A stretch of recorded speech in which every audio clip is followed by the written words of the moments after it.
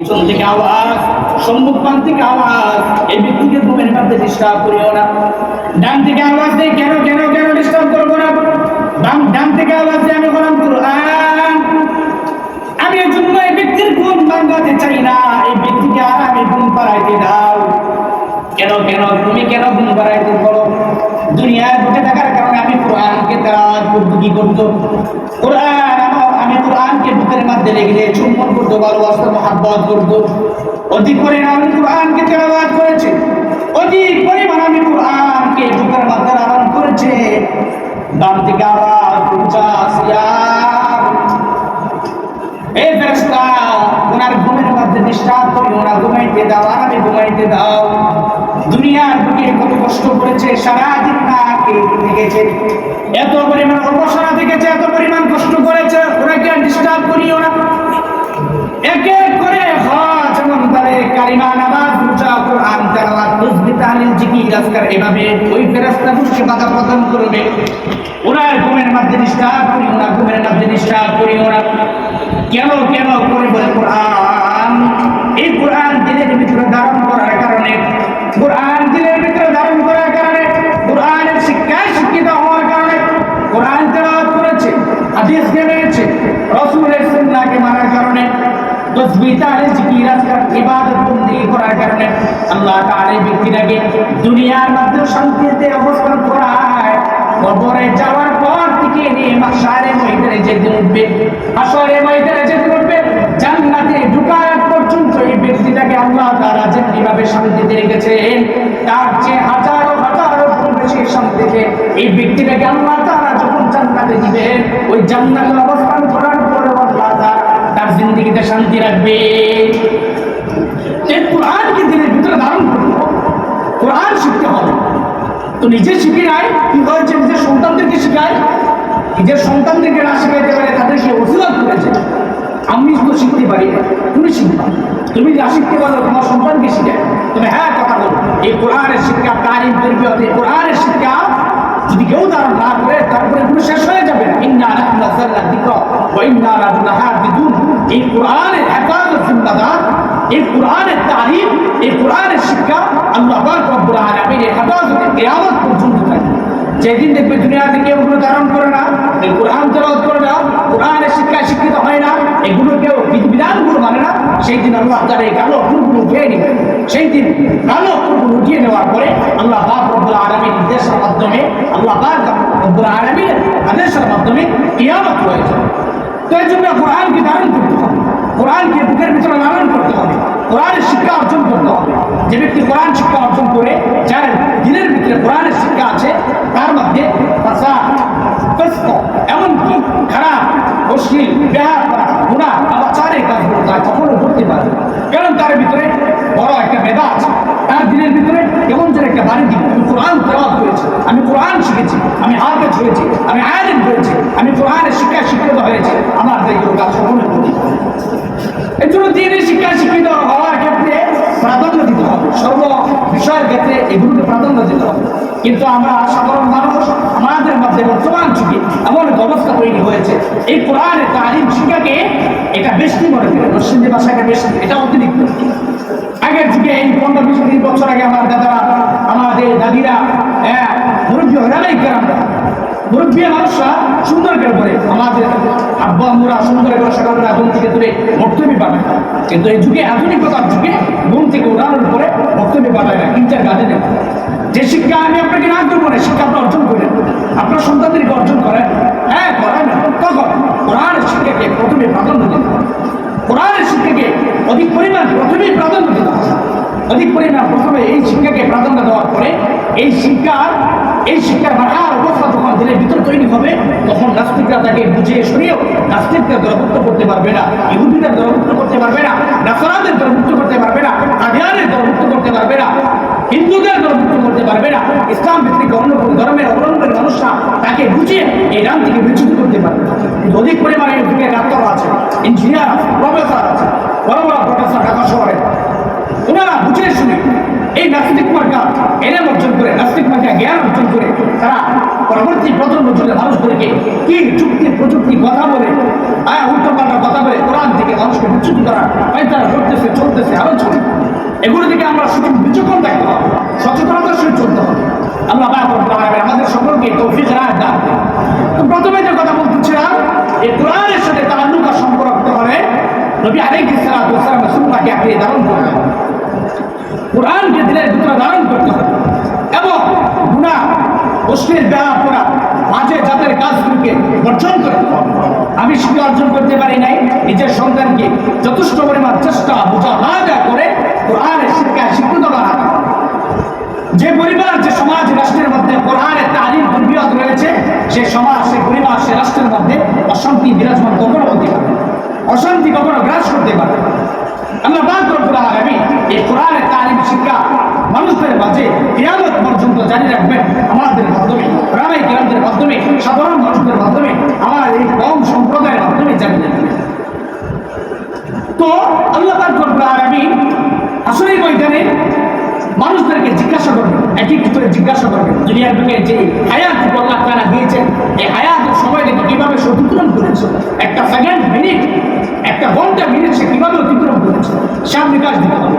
সেই দিন যদি আল্লাহ পাক রব্বুল আলামিন শরীফ পানে দাঁড়িয়ে দুনিয়ার বুকে 1 ঘন্টা সময়, এই যে বসেছেন কত ফজিলতের সময়, একটা কথা, একটা আমলের কথা যদি নিজের হাতে ধারণ করে এই একটা কথার উপর যদি আমল করতে পারেন, ফাজাইলে আমরা আল্লামা যাকারিয়া গাঙ্গুহি রাহমাতুল্লাহ আলাইহি বলেন, এই একটা কথার মাধ্যমে, এই একটা কথার আমলের মাধ্যমে জীবনকে পরিবর্তিত করে জান্নাত নবীর মানুষ কাজ করে।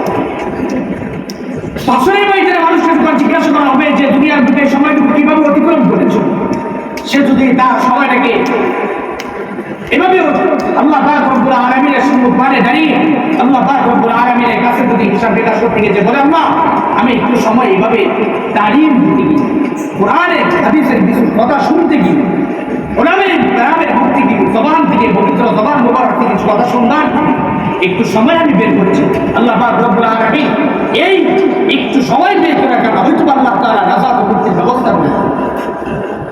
তো প্রথমে বলেছিলাম অধিক পরিমাণ রাসূলকে ভালোবাসতে হবে, নিজের সম্পদ, নিজের সন্তান, আকার, পরিবার, রাষ্ট্র, সমাজ সব কিছু চাইতে নবীকে অধিক পরিমাণ ভালোবাসতে হবে।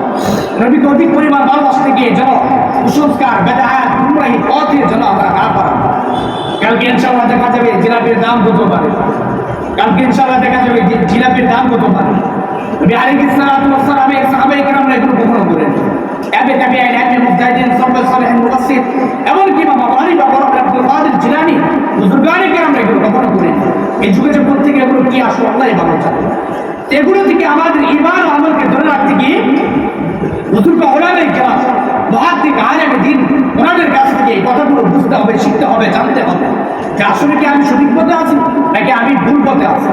ইনশাআল্লাহ আল্লাহ পাক আমাদেরকে সুন্দর ব্যবস্থা করে দিয়েছেন মাওলানা যাকারিয়া সাহেবের মাধ্যমে, যে এত সুন্দর একটা পরিবেশ, এত সুন্দর একটা অবস্থান, যে প্রতি মাসে একটা নির্দিষ্ট একটা সময়ে যে উনি এত সুন্দর একটা ব্যবস্থা আয়োজন করেন।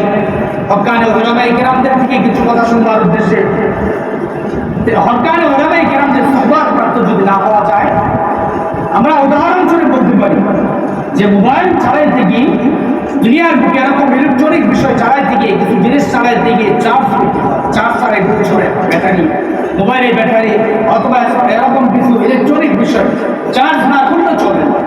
রাসূল তানবীর রাহমাতুল্লাহ আলাইহি বলেন, ইমানের ব্যাটারি চার্জ হওয়ার ক্ষেত্রে যেমন দুনিয়ার বুকে যে মানুষ বর্তমান যুগে মোবাইল চালাইতে গিয়ে মোবাইল চার্জ করতে গিয়ে নির্দিষ্ট একটা সময় মোবাইল চার্জ দেওয়ার পরে এই চার্জ যখন ফুরিয়ে যায় আবার মোবাইল চার্জ হয়। আমাদের ঈমান আমল তরবিয়তের মাধ্যমে যদি আমাদের ব্যাটারি যদি চার্জ করতে হয়, তাহলে উলামায়ে কেরাম এবং হক্কানি মুহাদ্দিস আলেমে দ্বীন জবান মুবারক থেকে কিছু কথা শোনা, উনি বুজুর্গে কেরামের সুহবত প্রাপ্ত হওয়া। আলহামদুলিল্লাহ, আমি অনেক ভালোবাসি, আমি অনেক শুনেছি, শুধু আমি না, বর্তমান যুগে বড় বড় আলেমরা, গামাশিয়া হুজুর আল্লামা অধ্যক্ষ মির্জা মোহাম্মদ চৌধুরী সাহেবের কাছে অনেকেই যায়, মুহাক্কিক আলেম, বুজুর্গ আলেম, বিচক্ষণ আলেম, আল্লাহ তাআলা ওনাকে চতুর্পাশে জ্ঞান দিয়েছে, ওনাদের দিকে কিছু শেখা যায়। আমাদের ব্যাটারি কিভাবে চার্জ হওয়া যায়, কিভাবে চার্জ হবে, এই যে আমাদের মধ্যে কিভাবে উন্নতি হবে, ওনাদের কাছ থেকে ওনাদের সুহবত প্রাপ্ত হবে, শেখা যায়। তো যাকারিয়া সাহেবের মাধ্যমে ইনশাআল্লাহ আল্লাহ তাআলার কাছে শুকরিয়া দেন যে আমাদেরকে এরকম একটা সুন্দর পরিবেশ তৈরি করে দিয়েছে। প্রতি মাসে মুহাক্কিক আলেমের কাছ থেকে কিছু কথা সুন্দর শুনতে পারি, শোনার সুব্যবস্থা হয়েছে। তো শুনলে শুরু হবে না, শোনার পরে এক কান দিয়ে শুনলাম আর এক কান দিয়ে বের করে দিলাম না। সবাই তানবী রাহমাতুল্লাহ আলাইহি বলেন যে আমলের ব্যাপারে যদি চয়েস করতে চাও মুহাক্কিক আলেমের সুহবত, মুহাক্কিক আলেমের সুহবত প্রাপ্ত হও, মুহাক্কিক আলেমের কাছে যাও, নিকটে বসো, পীর বুজুর্গানে কেরামদের সুহবত প্রাপ্ত হও, জীবনকে রঙিন হয়ে যাবে, জীবনকে বড় দামি বানাইতে পারবে। আলহামদুলিল্লাহ আজকে আমাদের মাঝে মুফতি মনিরুজ্জামান সাহেব আসছে, মুহাক্কিক আলেম, ওনার বয়ান আমি অনেক শুনেছি, কালকেও শুনেছি, আজকেও শুনেছি ইউটিউবের মাধ্যমে। অনেক সুন্দর কথা বলে, মৌলানা তারিক জাহান সাহেবের মতো কত সুন্দর করে বুঝিয়ে বুঝিয়ে কথা বলে। তো আমি আপনাদেরকে এ বিষয়ে একটা সুন্দর আহ্বান করতেছি যে ওনাদের মতো আলেমদের কাছ থেকে যদি একটা কথা শুনে, 1 ঘন্টা বয়ান থেকে যদি একটা কথা শুনতে পারে, এই একটা কথা যদি দিনের ভিতরে ধারণ করতে পারে, এমন কিছু আদেশ, এমন কিছু নিষেধ, এমন কিছু কাজ যদি আপনি ওনাদের কথার মাধ্যমে যদি আপনি চলতে পারেন, আলহামদুলিল্লাহ শুকরিয়া করি, ইনশাআল্লাহ আপনার জীবনের নূর ঘুরে যাবে, নিজেকে বড় দামি বানাইতে পারবে। তোরাদের সোহবত করতে হলে কেমন হয়? নবীর সম্রাট আল্লামা শেখ সাদী রাহমাতুল্লাহ আলাইহি বলেন, আল্লামা শেখ সাদী রাহমাতুল্লাহ আলাইহি বলেন যে আমি গোসলখানার ভিতরে গোসল করতে ঢুকলাম, গোসলখানার ভিতরে গোসল করতে ঢুকলাম, কিন্তু গোসলখানার ভিতরে ময়লা আবর্জনা থেকে দুর্গন্ধ থাকে, কিন্তু আমার মেজাজ মস্তিষ্ক উল্টে গিয়েছে। গোসলখানার ভিতরে ঢুকার পর দেখলাম এত সুন্দর গ্রাম, এই গ্রামটা এত সুন্দর, বেশকে আম্বরও চাইতে বড় বেশি সুন্দর। তো আমার কেমন জানি কথোপকথন অথবা আমার দিনের ভিতরে কেমন জানি একটা তামান্না যে গ্রাম থেকে আসে, আমি চতুর্পার্শ্বে নজর করা শুরু করলাম। তো শেখ সাদী রাহমাতুল্লাহ আলাইহি তিনি তার মেধাকে, তার জ্ঞানকে বিচুপ করা, তার চতুর্পার্শ্বে নজর করা শুরু করলেন।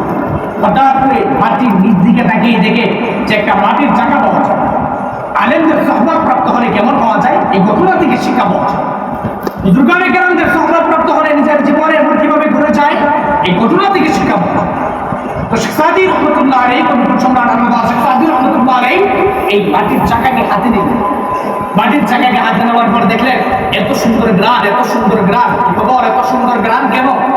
তো মাটিকে আবার জিজ্ঞাসা করো, মাটিকে জিজ্ঞাসা করার পরে মাটি আবার জবান থেকে খুলে আল্লাহ তাকে মাটির জবানকে খুলে দিল। বলে এই আল্লাহর ওলি, এই কুতুবুল সম্রাট এই শেখ সাদী, আমি মাটির গায়ে এত সুন্দর গ্রান কেন লেগেছে জানো তুমি? আমি মাটির গায়ে এত সুন্দর গ্রান কেন লেগেছে? যে আমি মাটি ফুল গাছের গোড়ায় থাকতে থাকতে, বহুদিন যাবত থাকতে থাকতে, আর ফুলের পাতাগুলো আমি মাটির গায়ে চড়তে এই ফুলের গ্রাম আমি মাটির গায়ে স্পর্শ লাগার কারণে, সম্পর্ক লাগার কারণে, তাল্লুক হওয়ার কারণে এই ফুলের যেমন গ্রাম, এই ফুলের গ্রাম আমি মাটির গায়ে আসার কারণে আমি মাটির মধ্যে গ্রাম চলে আসি। তো আল্লামা শেখ সাদী রাহমাতুল্লাহ আলাইহি এই ঘটনা থেকে জাতির সম্প্রদায়কে একটা মেসেজ। তো মাটি যদি এত সুন্দর গ্রাম গ্রহণ করতে পারে, এত সুন্দর গ্রাম যদি তার মধ্যে চলে আসে, তাহলে আমরা আমাদের নিজেদের বাদে আমরা আমাদের নিজেদেরকে কেনই বা দামি বানাতে পারবো না? কেনই বা আখলাকের চরিত্রবান মানুষ বানাইতে পারবো না? কেনই বা নিজেকে জান্নাতমুখী করতে পারবো না? কেনই বা নিজেকে জান্নাতমুখী মানুষ হিসেবে গঠন করতে পারবো না?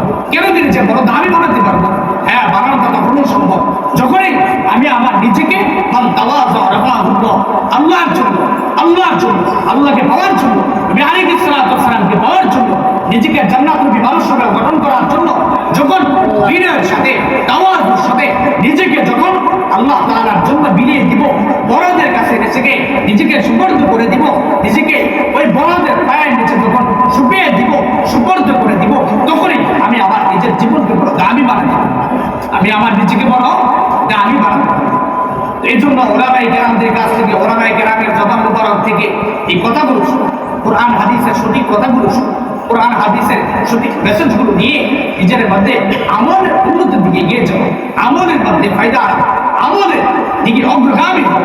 আল্লাহ পাক রব্বুল আলামিন আমাদের সকলকে আল্লাহ পাকের পাওয়ার জন্য, আল্লাহ পাকের মারাফত অর্জন করার জন্য বুজুর্গানে কেরাম থেকে যে কথাগুলো শুনবো, যে কথাগুলো শুনতেছি, পরবর্তী যে কথাগুলো আমার কানে আসবে, এই প্রতিটি কথা আমরা দিনের কান দিয়ে শুনবো। শুধু শুনলে হবে না, দিনের কান দিয়ে শুনবো। যখনই দিনের কান দিয়ে শুনবো, তখনই 1 ঘন্টা কথা থেকে একটা কথা যদি দিনের মধ্যে রেখে যায়, এই একটা কথা দিয়ে যদি নিজেকে পরিবর্তন করতে পারি, নিজেকে যদি পরিবর্তন করার ক্ষেত্র বাদ দিয়ে অগ্রগামী করতে পারি, তাহলে নিজেকে দামি বানানো সম্ভব।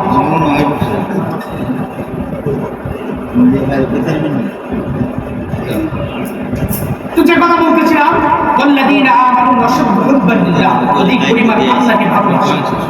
অধিক পরিমাণ আল্লাহকে ভালোবাসতে গেলে কি করতে হবে? ফজরের নামাজের সময় মসজিদে আযান হবে আর আমি ঘুমিয়ে যাচ্ছি, এটাকে আল্লাহকে ভালোবাসা হবে। আল্লাহ পাক রব্বুল আলামিন বলেন যে এই আযানের ধ্বনিগুলো যখন মানুষের কর্ণপাতে আসে, মানুষের কানে আসে, তখন মানুষ যেন কথা ধারণ করে বিগত জন্য বুঝে আসে তার দিলের ভিতরে যে এই আওয়াজ মুসলিমের ওয়াজ হিসেবে আওয়াজ আল্লাহ তাআলা দিচ্ছেন, আল্লাহ তাআলাই ডাকতেছে। আল্লাহ পাক রব্বুল আলামিন নিজের কুদরতে আওয়াজ করে ডাকতেছে, আমার কুদরতে সিজদায় দিয়ে পড়ো।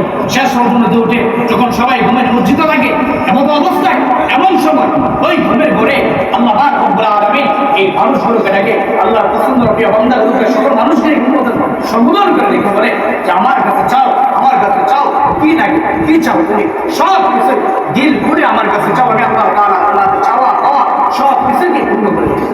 وقال ربكم ادعوني استجب لكم, আল্লাহ পাক রব্বুল আলামিন বলেন দিল দিয়ে রাখো, অন্তর দিয়ে রাখো, কলবকে সাফ পরিষ্কার করার জন্য আমি আল্লাহ তাআলাকে রাখো। উদউনি আস্তাজিব লাকুম, তোমরা ডাক দিতে দিতে আমি আল্লাহ তাআলা এই ডাকের সাড়া দিতে কখনো দেরি করব না।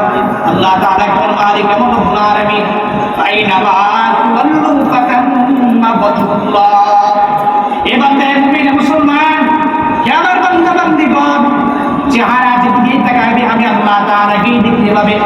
নদীর মাঝখানে পড়ে গিয়েছো, ডানে বামে চতুর্পাশে, ডানে বামে পিছনের সামনে চতুর্পাশে পানি, আর পানি কিছু দেখা যায় না, মানুষকেও দেখা যায় না, হাবুডুবু কাচ্ছ, মরে যাবে, মরে যাবে, জীবন নিয়ে টানাটানি, এমন তো অবস্থায় যদি আমি আল্লাহ তাআলাকে যদি ডাক দাও, আমি আল্লাহ তাআলা কুদরতি অন্তর ঠান্ডা হয়ে গিয়ে এমন অবস্থা থেকে আমি আল্লাহ তাআলা তোমার জানকে ফেরত দিয়ে দিব, তোমাকে আসান করে দেব, তোমাকে বাঁচিয়ে দিব, নদীর কিনারার মধ্যে নিয়ে আসো। তো আল্লাহ পাক রব্বুল আলামিন বান্দার এত পরিমাণই করে, এত পরিমাণই করে, ওয়াইদা সালাকা ইবাদি আন্নী ফাইন্নী করিব, আল্লাহ তাআলা বান্দার এত পরিমাণই করে। ফজিলতে বলা হয় একটা মানুষের শরীরে যে পরিমাণ পশম থাকে, মানুষের শরীরে নিজের শরীরে পশমটা নিজের চামড়ার যতটা নিকটে আল্লাহ পাক রব্বুল আলামিন বান্দার তার চেয়ে বড় নিকটে।